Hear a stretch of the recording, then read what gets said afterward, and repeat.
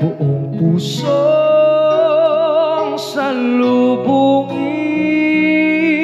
Di man ngayon tulad ng dati, ang panata ko'y mananatili.